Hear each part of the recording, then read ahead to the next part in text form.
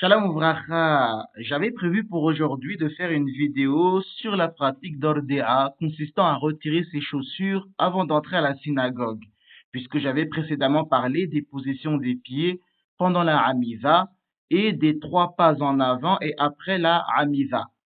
Mais justement, suite à la dernière de ces vidéos, quelqu'un a posé la question suivante. Du coup, une personne qui agit de cette manière avec les 3 pas au début et à la fin depuis sa naissance, n'est-il pas mieux pour lui de ne pas annuler son minhar dès lors qu'il agit comme ceci depuis longtemps? Ou bien doit-il faire ataraf nevarim afin d'annuler cette façon d'agir pour respecter la majeure partie du monde halachique séfarade? C'est une question très intéressante qui touche, dans le fond, au sujet de l'annulation d'un minhar. Un minhar, de manière générale, est un never, c'est-à-dire une sorte de vœu explicite ou implicite par lequel on s'engage à respecter une certaine pratique. Certains nevarim peuvent être annulés au moyen d'une ataraf nevarim.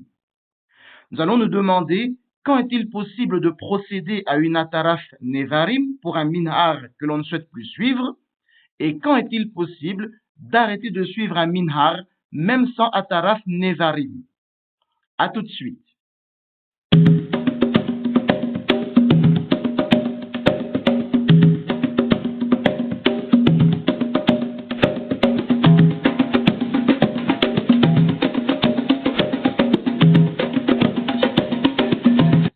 Nous allons nous appuyer sur un cas concret à partir duquel les Rishonim et Posikim ont tiré des conclusions sur les questions qui nous intéressent. Comme vous le voyez à l'écran, le Bavli, dans la Maseref Pesachim au Daf 50b, rapporte l'histoire des Béné Baïchan, qui avaient pour minhar de s'abstenir d'aller au marché le vendredi afin de bien se préparer pour Shabbat et d'éviter toute transgression. Ils souhaitaient abolir ce minhar dont ils avaient hérité. Rabbi Yohanan leur expliqua que cela était impossible en raison du passage biblique dans Mishlé chapitre 1 le verset 8 qui déclare Shema beni musar avicha weal titosh toraf imecha. Écoute, mon fils, la réprimande de ton père et n'abandonne pas l'instruction de ta mère. Le Ramban et de nombreux autres Rishonim tels que le Rashba, le Ra'avad, le Rivash, etc. interprètent l'histoire des Béné Baïchan comme enseignant qu'un minhar adopté comme barrière ne peut être aboli. Cependant, d'autres minharim qui ne sont pas conçus comme des barrières peuvent suivre des règles différentes. D'après cette opinion, une midafa hasidouf, c'est-à-dire une pratique pieuse que l'on s'est soi-même imposée, peut être annulée par ataraf nevarim. Le Rosh Zer Sadik Livracha n'est pas d'accord avec ces Rishonim, arguant que même un minhar destiné à servir de barrière peut être annulé. Selon le Rosh, les Béné Baïchan auraient pu demander l'annulation de leur minhar par ataraf nevarim. D'après sa lecture, Rabbi Yohanan leur a simplement dit qu'en l'état actuel des choses, ils étaient liés par le minhar, mais ils auraient pu s'en libérer par ataraf nevarim. Il est significatif que le Shulchan Aruch, dans la partie Yoredia, le Siman 214, le CF numéro 1, suive le Rosh, de même que tous les Aharonim. Ainsi, tout le monde est d'accord sur le fait que même un minhar qui a été adopté pour servir de seyar, de barrière, peut être annulé par ataraf nevarim. Mais attention, lorsqu'il s'agit d'un minhar local ou universel, qui implique donc d'autres personnes, puisqu'il a été accepté par une collectivité, le Peri Havash, suivi par le Haye Azam, écrit que, même selon le Rosh, la majorité des personnes soumises à ce minhar doivent l'annuler. Autrement dit, si une personne obtient sa propre annulation d'un minhar collectif, celle-ci est sans effet et elle reste liée par le minhar. Le Rav Shlomo Luria ajoute qu'un minhar ne peut être annulé que par quelqu'un qui n'y est pas soumis. Par conséquent, un minhar universellement pratiqué par les Juifs ne peut être aboli.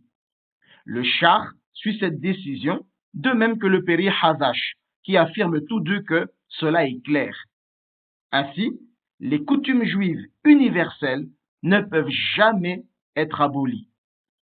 En revanche, tous s'accordent à dire qu'une pratique adoptée suite à une erreur d'interprétation n'est pas contraignante. Par exemple, si vous pensez qu'un aliment était interdit à la consommation et vous absteniez donc d'en consommer, et que plus tard vous découvriez qu'il n'y a aucun fondement à cette interdiction, vous pouvez librement le consommer. Une ataraf nezarim ne sera même pas nécessaire. Le minar n'était de toute façon pas contraignant, puisque basé sur une erreur. Le Peri Hadash utilise cet exemple pour expliquer la décision halakhique d'un rabbin sur un sujet controversé.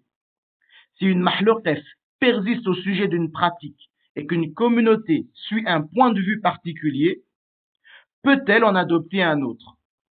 Eh bien, citant le Maharj Dam, le Peri Hadash explique quand et pourquoi cela est permis. Si un rabbin contemporain démontre de manière satisfaisante que l'avis suivi jusqu'alors par la communauté était erroné, il rend leur pratique un minhar fondé sur une erreur, qui ne requiert donc même pas une ataraf nezarim. Autrement dit, en cas de mahloukef entre Rashi et le Rambam sur une certaine pratique, si l'ancien rabbin de la communauté suivait l'avis de Rashi, le nouveau rabbin doit prouver que le Rambam avait raison et Rashi tort pour invalider la décision établie. Le Peri Hadash ajoute que peu de personnes sont qualifiées pour mettre leur nez dans de tels débats et trancher en suivant une opinion sur l'autre. Mais il y en a néanmoins. Et il affirme qu'à son époque, au XVIIe siècle, seule une ou deux personnes par génération en étaient capables. Le Haye Azam suit cette opinion du Peri Hadash. L'une des preuves de cette position se trouve dans la Maseref Choulin au DAF 111a. Là-bas, Rav Bar Sheva se rendit chez son maître, Rav Nachman, où ce dernier servit du foie, aliment que certains interdisent en raison de la difficulté à en retirer le sang.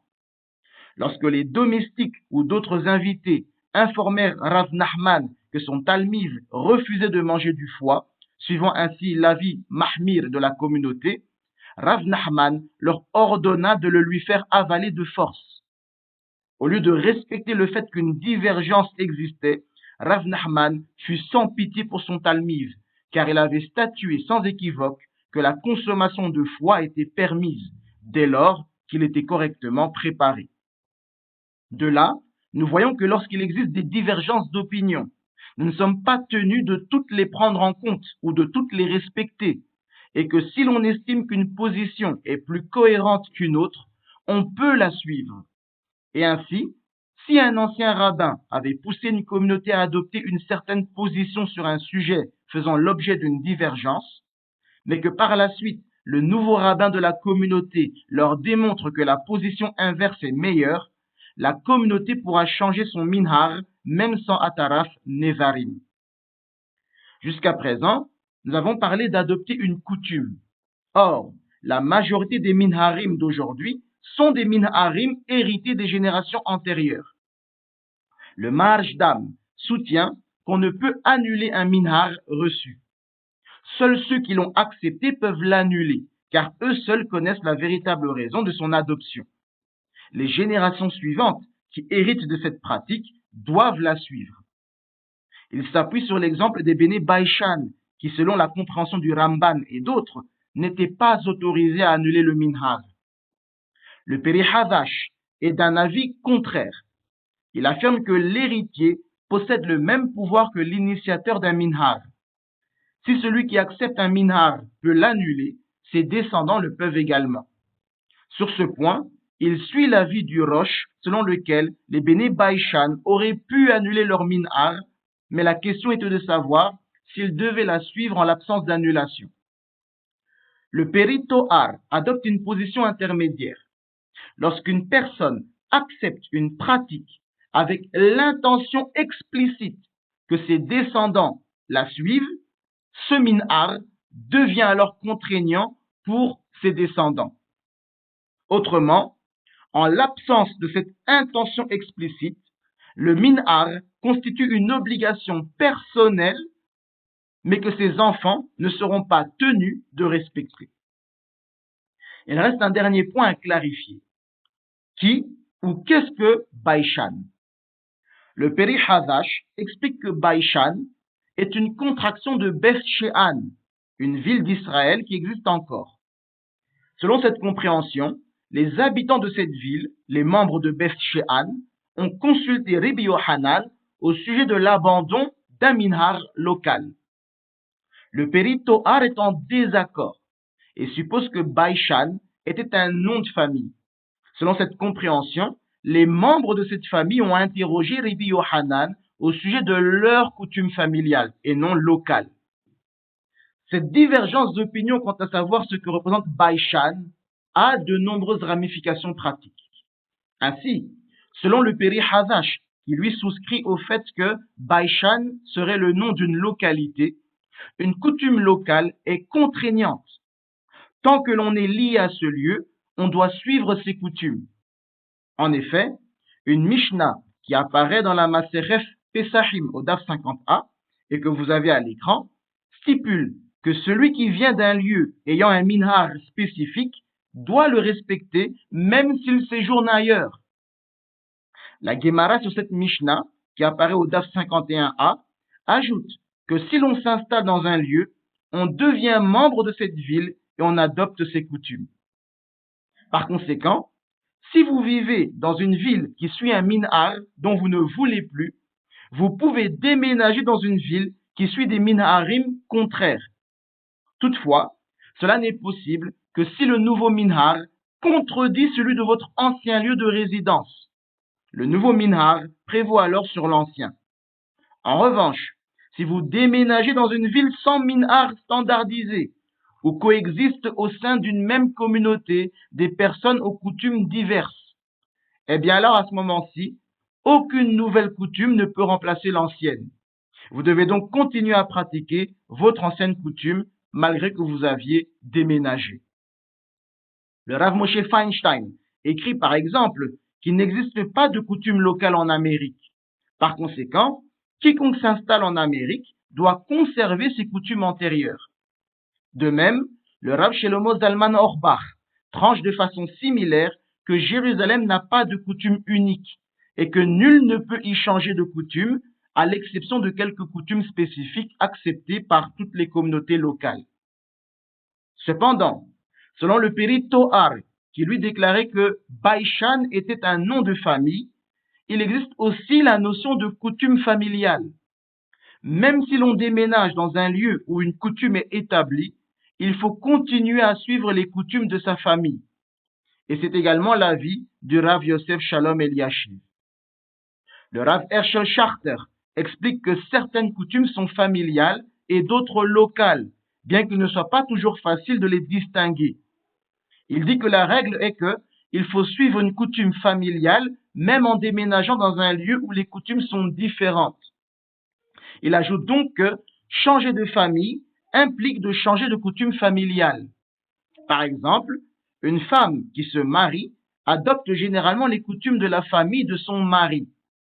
Toutefois, il arrive que un homme connaissant peu ses origines, par exemple un Baal Teshuva, épouse une femme de lignée prestigieuse et finit par adopter les coutumes de la famille de sa femme.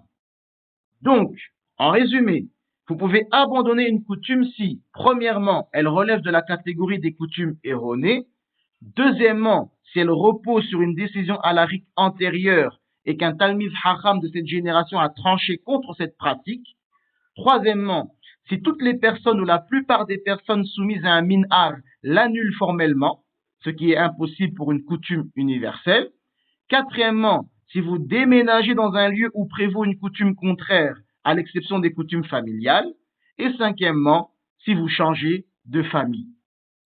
Kol Tov, Hazak, Ovaror.